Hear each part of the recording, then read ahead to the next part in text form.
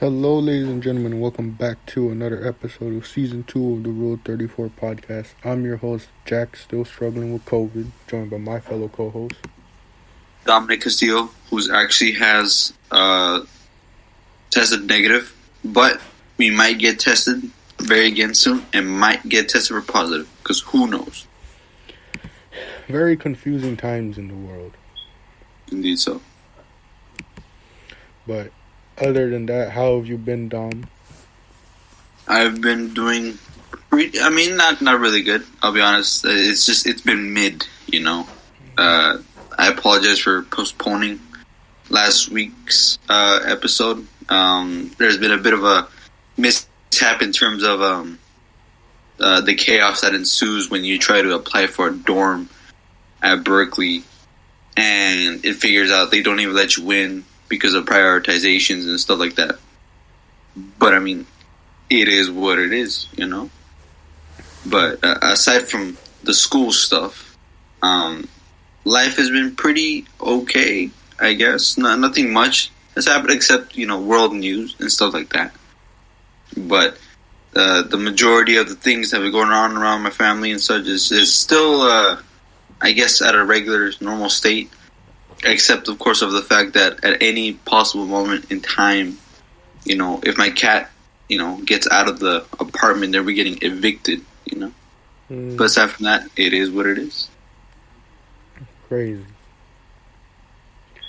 Yeah, the schools really haven't been handling the transition all too well because, similar to your situation, you know, when it took basically UCLA forever to like finalize that they were going back on the 31st. You know, they waited until like a day or two before. It was like a ton of out-of-state students were like, hey, what do we do? You know, since they can't come over here, and if they do, it's not like they have a place already set up, you know? Yeah. And same with the foreign students. Literally a couple of days before they announced like that they were going to be going back full-time into in-person, I literally was in a Zoom like discussion section with a student who was in Spain. Right. And so it's like, how are they supposed to make the transition over, you know? Damn, bro. They didn't consider a lot of this stuff. True. But it's the world we live in. Can't say or do much about it, you know? Yeah. I mean, we can't also forget the infamous event that happened not too long ago. If you remember the threat that was posed against the school. Oh yeah, I forgot about by a previous lecturer who used to teach there, who even wrote an 800 word page, bro. No, not 800 word, 800 page. Wait, 800 pages? Oh man, it was 800 pages, dude. Jeez. Like, you know, I don't know, man. What kind of like level of mental illness do you gotta be on that you write 800 pages? You know, as they described it, it was an 800-page manifesto. I don't know, man. Like, that's some scary stuff, you know? That is pretty scary. The guy got arrested, no? I think he got arrested. I think he was in Colorado. I think that's like the story that was being told. But yeah, it's like, I don't know, man. And the fact that they went back to school like right after the next day. I get it, life has to carry on, and the guy was arrested, but that's kind of too much, you know? Yeah, true. Like, I don't know, man. How do you expect anyone to even go back into a classroom after that? Yeah, especially because what's also scary is that it may not just be only this one guy, right? He could have followers that could be reading up on this manifesto. Or, you know, what if he released this thing online, and then people, you know, followed up with his ideas and possibly moved on with a threat, you know? Yeah, I mean, there's weirdos like that in the world who will drop everything they're doing and follow some random person in the sake of making them a martyr, you know? Exactly. Oh, brother. I feel like I think the people who make these manifestos and who make these like threats to schools, I think they're just completely out of it.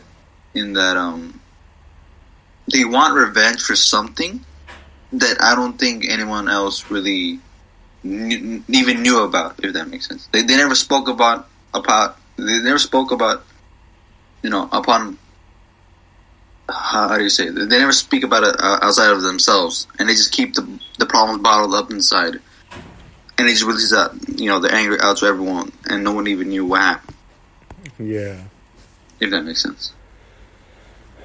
Yeah, it's... Oh, no, man.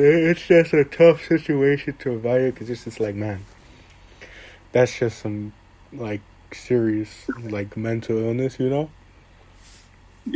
And, like, that's just a completely different level, because it's like, a lot of us who go through, like, I don't mean to make it sound like it's something easy, but, like the quote-unquote simple mental illnesses, Right. It's like a lot of us who go through that, we're just like, we look at that and we're like, hey, we're, can technically be classified as mentally ill or whatever, right? But not like that, which is why so many people have an issue with the term mentally ill, because it's like there's a distinction between simply suffering from, stuff like depression, anxiety, bipolar, Yeah. stuff like that. There's a distinction, and it's quite, a big leap between that and whatever mental illness was going on with this guy. Like simple mental illnesses aren't making all of us want to go out and do that type of stuff. Yeah. Simple, again, quote unquote, simple depression isn't making the average person go and write 800-page manifestos about, wanting to cause harm to a general population. Yeah. It's like, it's stuff like this that really just shows you not only how crazy the mind can get, when you allow it to deteriorate, but also just shows that, like, how big of gaps there are in the mental health world, True. Because, it's like, I'm a firm believer, in that, like, a lot of issues in society do stem from mental health, and, like, more so the poor mental health, But, Right. Again, it's like, like, for example, I think, like, a lot of the, like, school shootings, per se, happen due to, like, poor mental health, And obviously other things, There's still a ton of things that go into that. But then it's like, again, it's like you want to make that distinction because, it's like, oh, like, you see it a lot, right? Like, on the news, they'll say, like, he was a troubled kid who went through this and this. Right. And the immediate response, again, is like, hey, a lot of us went through that, and you don't see us doing what he did, So it's just like, again, it's like, man, there's such a distinction, and like, it's just, again, it's like, it's crazy how poor someone's mental health can get, if you get what I'm saying. Yeah, you got a point. Because, like, stuff like with the UCLA guy, it's like, that is some, like, true, like, psychological problems right there. True. Because, I mean, I don't know, every time I see people talk about it, like, people just brush over it like it's nothing, dude. 800 pages? I don't think people are realizing how much 800 pages are. That's more than, a lot of books. Ooh. Yeah. That guy's crazy, man.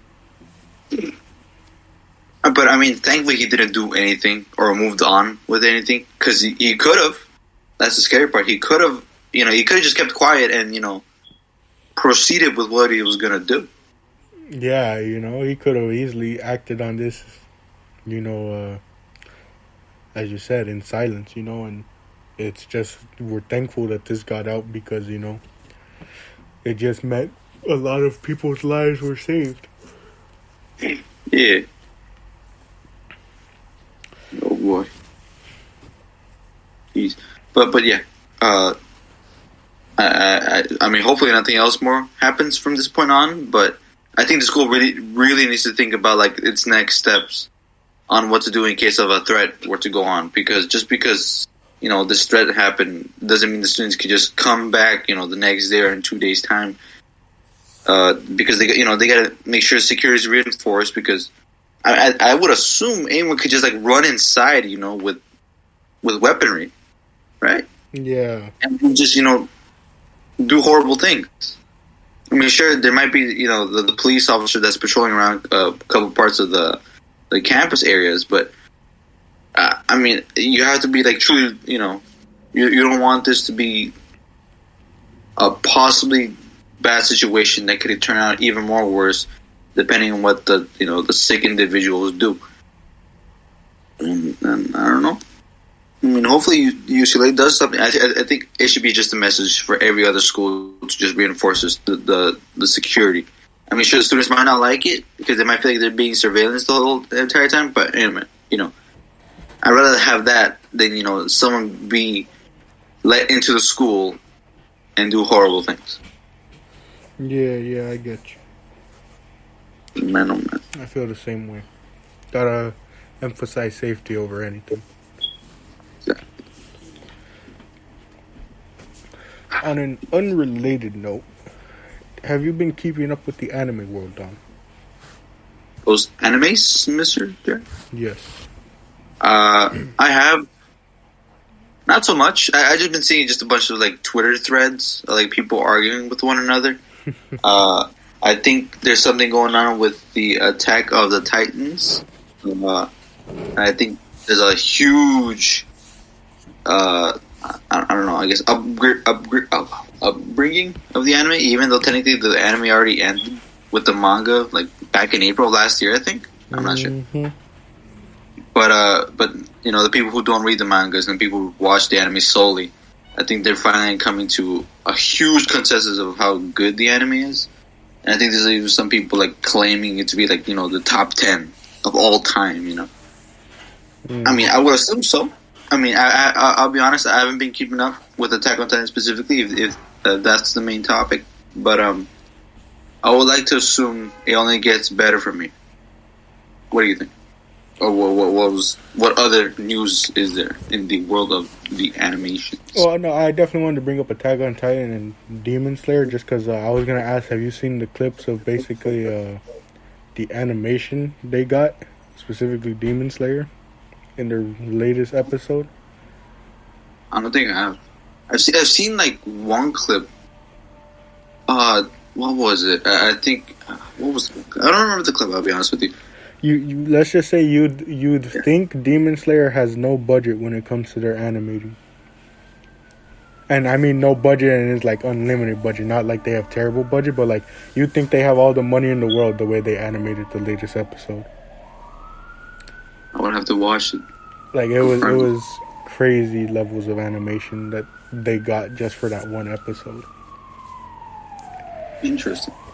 And I don't know, I feel like those are the two main ones out right now. Maybe there's some sleepers that we don't know about yet. Right.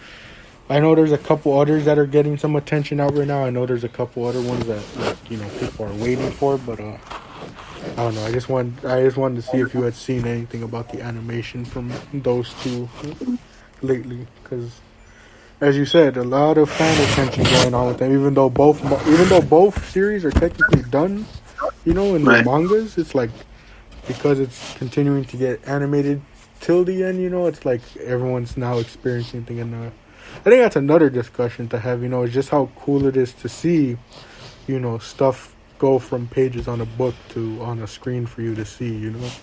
Yeah. It's crazy to see some of the things that you read, and you're just like, it's crazy to see it essentially come to life, Yeah. Interesting. Yeah, I'm going to have to take a look. I might even have to go back to just, watching from season 1 all the way till now. Especially for Attack on Titan and for Demon Slayer. Including the movies, too. But yeah, I mean, it's not like, something revolutionary. Obviously, we've seen books get turned into movies before, Oh, yeah. But I think it's cooler in the sense because, manga already gives you a look at what you're seeing, whereas books, it's like you have to use your own imagination. Yeah. But, it's still images, so it's cool to see it get animated and see it all play out and transition, Yeah. Especially because I don't know if you feel similar, but like a lot of times when reading manga, specifically like action ones, it's like you can kind of get lost and confused as to what you're looking at and reading. Right. And so like it becomes a little easier when it gets animated. Question: in terms of like reading mangas, when it comes to like scenes specifically, do you get like well, like let's say like there's a two panel, right, of like, let's say a character before the punch and the same character after the punch.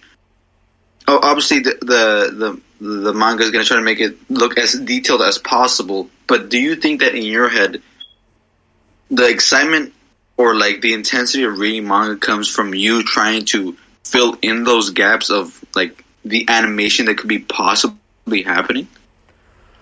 I definitely do feel like that. You know, there's a brought it up Demon Slayer when reading the manga. There's a lot of scenes in the manga where you're just like, again, like I said, you're kind of like looking and you're just kind of like, what am I looking at? You know? Yeah. And like that's why getting anime adaptations works so well, because it's like it bridges those gaps. You know, from this is them getting punched. You know, to whatever happens afterwards. You know. Yeah. Whereas like the manga, it's like you're looking at it and you're looking between the two images, trying to decipher essentially like what exactly happened, you know? Yeah. Like there's a ton of like panels I know for sure in all the mangas I've read where it's just like you're kind of looking and you're kind of just stuck wondering what exactly am I looking at, you know? Right. But at the same time, there's some, you know, panels where it's like they just, you know, perfectly display it, you know? Right. Like, I think people underrate manga as a art as a whole. You know, there's some just like there's, you know, you could probably find threads all over different social media sites of just, you know, like beautiful like single panels that like have shown up in mangas. You know. Yeah. Like obviously one of the most detailed mangas ever, or not ever, but you know, like that people like, you know, talk about it a lot and will praise is Berserk. You know? Yeah. And cause like it's like the story I heard is that, you know, the artist would go essentially like cell by cell to like, you know, get his artwork that detailed, you know? Right. And you could see it because there's like a ton of like panels that you can look up, and it's just like, man, how does one human create something so detailed, you know? And cool. Another thing too is like, you know, it's all in black and white, you know? Right. Some of them obviously, you know, they'll release colored versions of it, but for the most part it's black and white, and it's like they don't have the ability, again, like animation, to use different types of colors to show like different types of shading or, you know, different effects. You know, it's like the mangas, they're just using pure black and white. Yeah. So it's crazy to see. And I think that's another thing that, you know, adds to your point is that because it's in black and white, again, you might not be able to tell what exactly you're looking at, because it's like, you know, like there's so many times people have gotten colors confused because it's like, you know, can't really tell because, you know, all a person can do to like, you know, per se show different hair colors is use different variations of gray to emphasize, you know, essentially just like you had to kind of think what could their hair color be based off of how dark the shade is, you know? Right. Like, I know in My Hero there was a debate over certain characters' hair color because it was like in the manga it kind of showed different compared to the anime. Yeah. And then also there's like little things, you know, again, like hair color, eye color, you know, it's like can't really tell unless the artist tells you, you know, because again, you're using solely black and white. Ooh. I think like the limitation in terms of using black and white and not using color, but the limitation when it comes to that is that you don't get to express the beauty of like something, like let's say like a nice looking flower or a nice looking tree, but when using black and white, they're able to like make the details the most they can. If that makes sense. Yeah. Because when you're using color, they have to incorporate the color into the shading and stuff like that, which might I guess how would you say it? It reduces the amount of detail that could possibly be there. If that makes sense. I got you. How it's like the saying, you can't half-ass two things. It's better to whole-ass one thing. Yeah. From Parks and Rec. Yes. If they put like the most amount of detail into the shading, they can make it like the best looking thing possibly done. And even in black and white, sometimes panels might even look better because they just look more intense, or they might give a specific scene or a specific image more feeling or more depth than when compared to be given in color. Compared to like in animes where obviously they are given color, but it's the intensity or the specific tones of a character, of a specific shade cell for an item or some sort of inanimate object, it's not the same. It's always in an anime where it's color, it's not intense as where it's in the manga, where they explicitly write out every little detail for everything that's meant to be important for the story, which is basically good for the viewer. When in black and white, of course.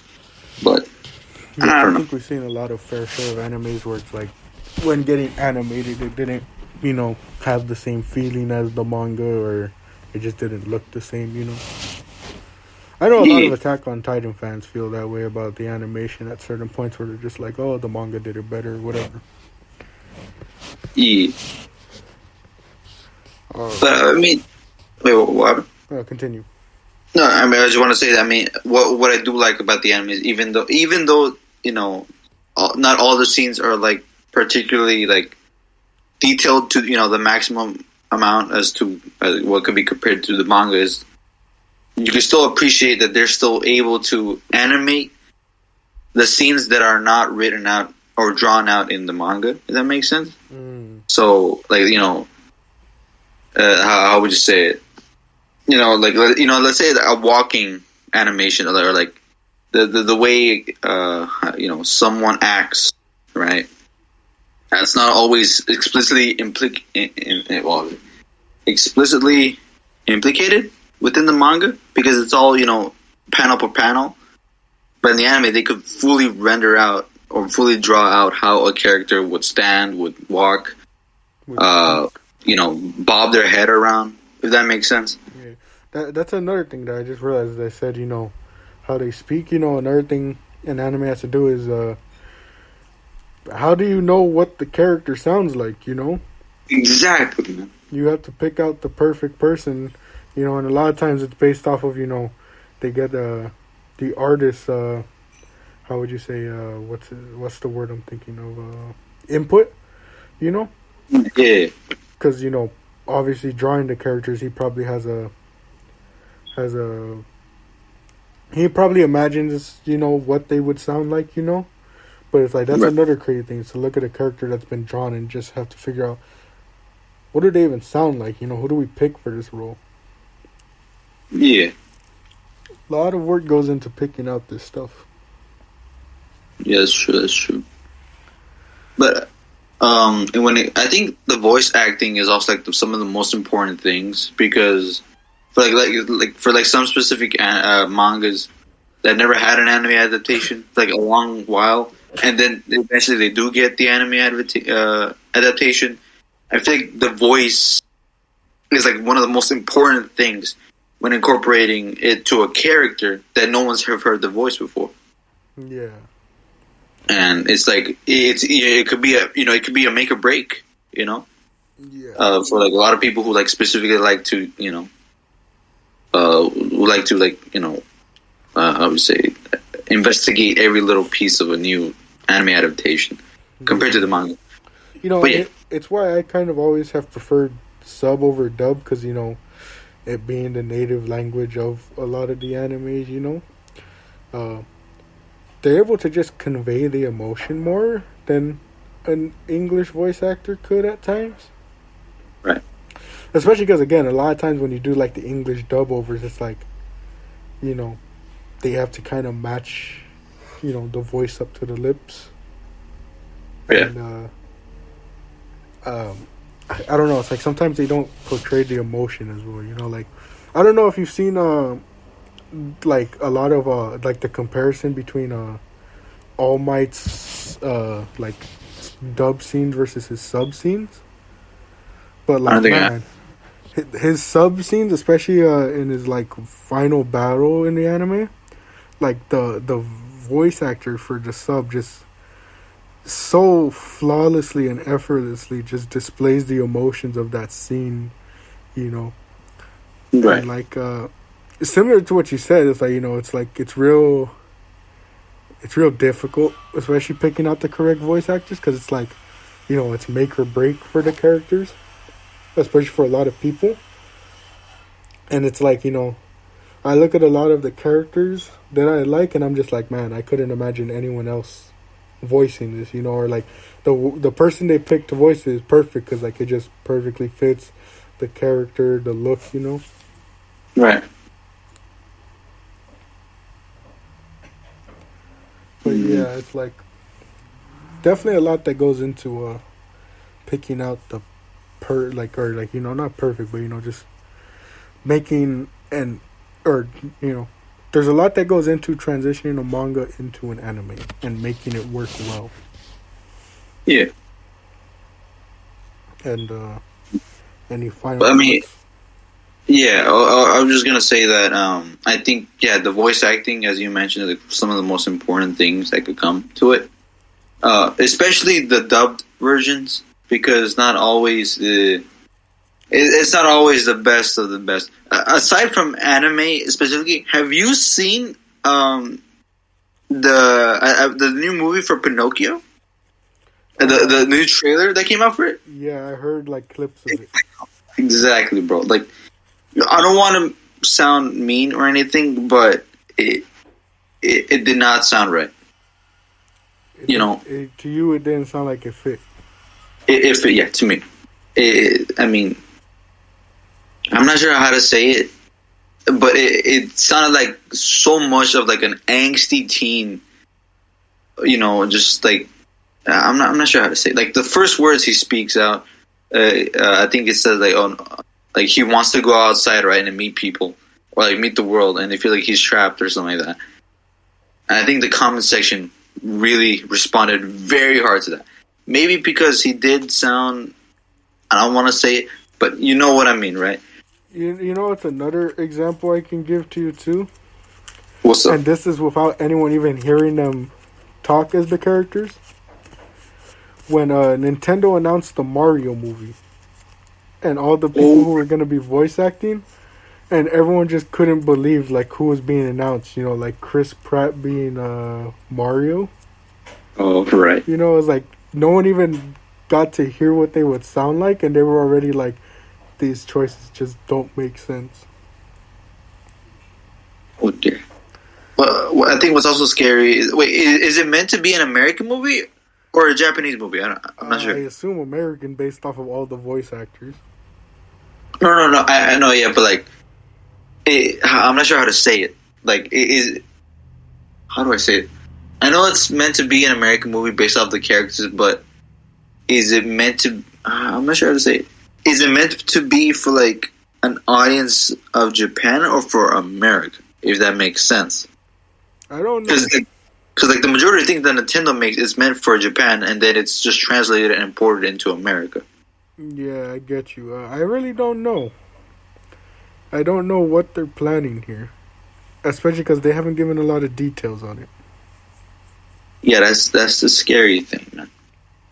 And I mean, I hope they don't, you know, they don't butcher it, because I mean, having Chris Pratt as Mario, it's gonna be a little interesting. I wonder if he even agreed upon this, or like has any like regrets.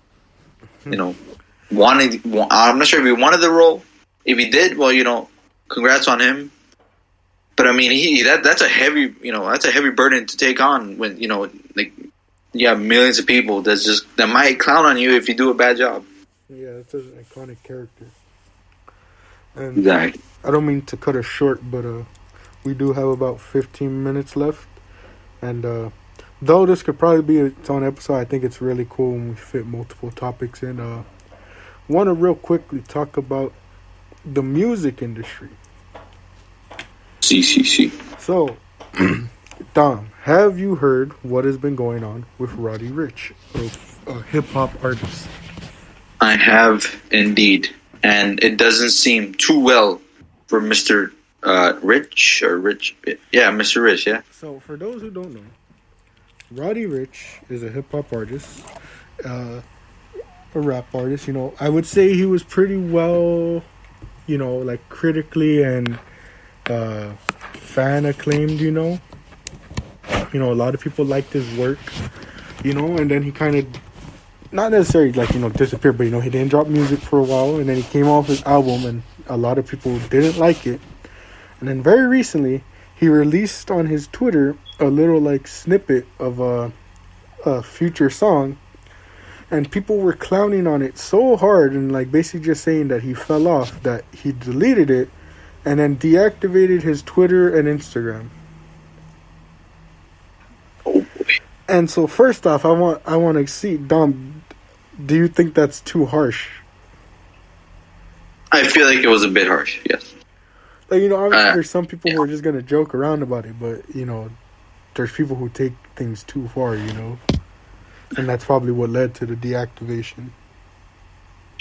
But do you think that him deactivating I think he did his Instagram and his Twitter, right? Mm-hmm. I'm not sure if he did anything else. Yeah, it was his Twitter and Instagram. Do you think that he should have just kept his stuff up there? You know? Because, you know, in my opinion, I feel like he should have just kept his stuff up, you know?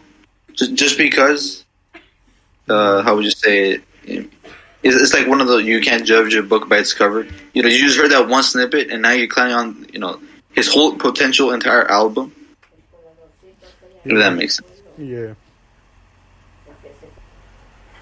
Yeah, so some people are a bit too harsh, you know? And, I mean, he could have kept it up there, you know? I don't see the point in maybe deactivating unless that's his way of getting away from it all, you know?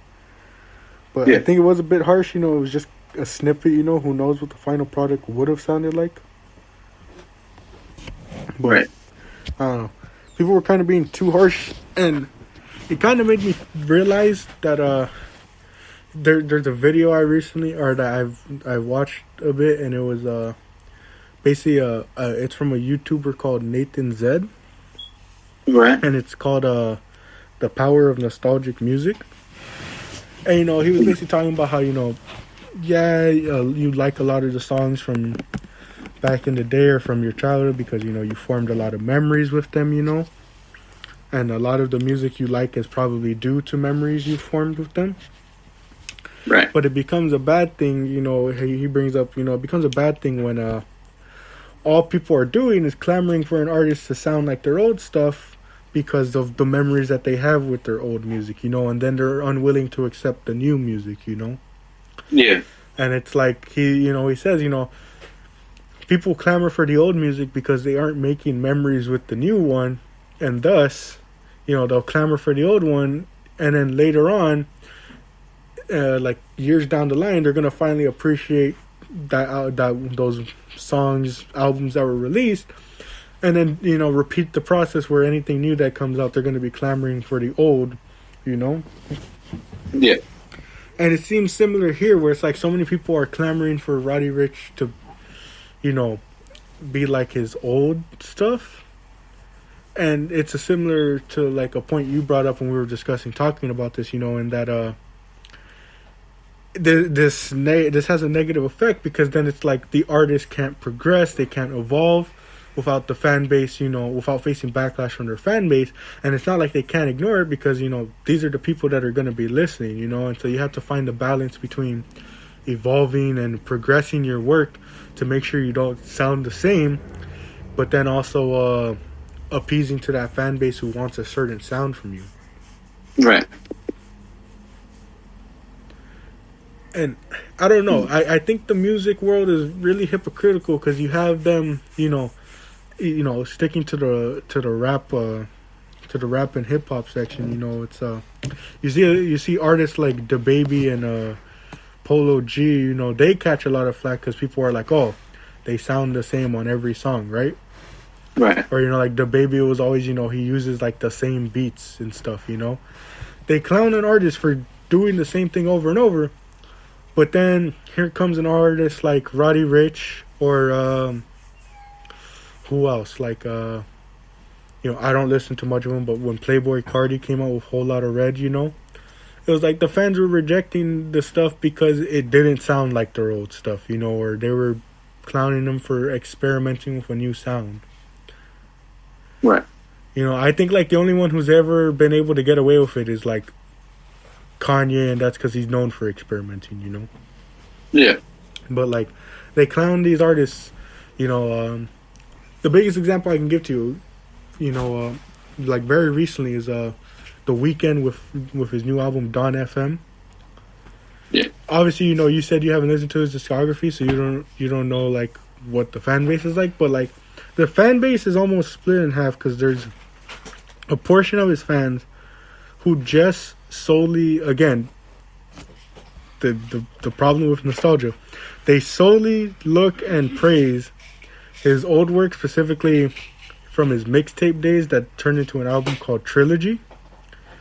They continually clamor for that album. They love, and they're like, oh, why can't The Weeknd sound more like he did on here? Why can't more of his music sound like this? And when he dropped Dawn FM, there was a ton of fans like that where it's like, oh, he doesn't sound like he used to, he doesn't use this and this, he doesn't talk about this and this, And a majority of the other side of the fan base was like, if you want that music, just go listen to that album, Again, going back to the point of, you're only you only like, you only like that music not only because it sounds good, but because of the memories you have associated with it, Yeah. And because you're stopping yourself from making new memories with the newer music that they're dropping, you're not enjoying it. Instead, you're looking to immediately think that it's going to be like the old stuff, Like, again, you're looking too much into nostalgia in the older days. And, you're not allowing yourself to enjoy whatever new is being put out. It's like what I told my friend about that album. It reminds me of a mixture of what was his album of Beauty and Behind the Madness, I believe. Mm-hmm. It was a mixture of that with Starboy, and he agreed with me. It had the lyrics of Beauty Behind the Madness, but it had the beats of Starboy. You get me? Yeah. What do you think, Dom, about like the whole nostalgia thing? I feel like, there's going to be people who are going to hate upon it, and there's going to be people who's going to like it, who's going to probably think that, to those who stray away from what they, like, the original tone of music that they would originally play, they would appreciate trying to experiment with new type of music, or, trying to, how would you say, I guess appreciate the changes, or appreciate that trying to experiment, because not everyone's going to want to, move on to, I guess, a different view of the same person that they've always come to know about. And I think, the nostalgic factor is gonna affect those who just stick to one type of music and just roll along with it for a large period of time, or they may just move on. But in the case with like Roddy Ricch, I mean, it wasn't how I'm not sure how to say it, but I feel like many people didn't appreciate the change that he had compared to his previous music. Just comparing that snippet that I released on Twitter compared to the rest of the music. I personally didn't I didn't hate it. I didn't like it. I thought it was just kind of weird. The lyricism was a bit weird, along with the beat, but the nostalgia factor hit a lot of people, knowing that his music beforehand sounded like more, I'm not sure how to say, more rough, more, down to earth type of music, and it felt nice to listen to. And I listened to just that one snippet, that nostalgic factor really hit Roddy Rich very hard. I mean, it had to lead him, to the latest stuff, but I mean, you can't really clown the guy just trying to, try out new music compared to Kanye West, who's done a lot of different types of music, and yet people still praise him for it. Yeah, and I think people are too quick to judge. It's thrown out there so much that, the word mid. Yeah. People throw that out so much, and it's like, think about it. An album can drop, and some people won't even do a full listen through, and already be calling it mid. Or they'll do one full listen to it and be like, oh, it was mid, and it's just like, I don't know. Maybe it's because I'm a big music nerd. The way I listen to music, especially new albums, it's like I have to listen to it multiple times to truly get everything out of it, Yeah. But I don't understand how someone can just do one listen through and then have an opinion on something, Especially because those same people prove later on how foolish they are, because they'll listen to it, again or multiple times, or they'll listen to it months later and then be like, what am I talking about? This was actually good, Yeah. I've never listened to the album, but I know that was the case with Playboi Carti's Whole Lotta Red, where when it dropped, everyone was hating on it, calling it trash. And then here we are years later, and it's like, all you see is people calling it like a great album and stuff, and talking about how great it is, Yeah. And it's like, you can't be so quick to judge an album, and, and again, it ties to, the fact that people aren't sitting there and making memories with it. Why did I have such a good time and have such a good experience with Dawn FM? Because a terrible moment in my life happened, and it came out on my birthday, technically, January 6th on the East Coast, right? Because it, drops midnight, but for us, it drops at 9. And I sat there watching the essentially virtual concert that he held for the listening party for it, while continually texting a friend, both of us just going crazy for the new album, I have that memory for that album, which is why it boosted my experience, It allowed me to have a moment of joy and fun in a time where it wasn't that, Right. And it's like, people are doing the same. In the same video that I brought up from the guy, he talks about how, so many people praise 2016 as if it was some God-sent year, that had such fun moments. But you and I remember living in 2016, that was not the public consensus. It was the consensus that 2016 was the worst year of all time. All these terrible things were happening. Harambe died, man. Oh, right. But yet here we are in 2022, and people look back at 2016 like it was such a great year. And why? Because it's the music and the memories that they made with the music, Yeah. And they can't let go of it, The nostalgia is, it's almost addicting to some people, They can't get past the nostalgia because of how good it makes them feel. And it's a terrible thing because, like we've been saying this entire time, it prevents them from making new memories, enjoying new things, because they're too focused on the past and the stuff that happened in the past, Yeah. They're too focused on their supposed good old days without focusing on the days now, making new memories, so that in 10 years, they're looking back on the days happening now as the good old days, like they were with, 10 years prior, Yeah. And real quickly, Dom, there's 50 seconds left. I'm sorry for ranting a bit. Any final thoughts? We probably won't get an outro out. Yeah. Final thoughts. People should really allow people to experiment with music.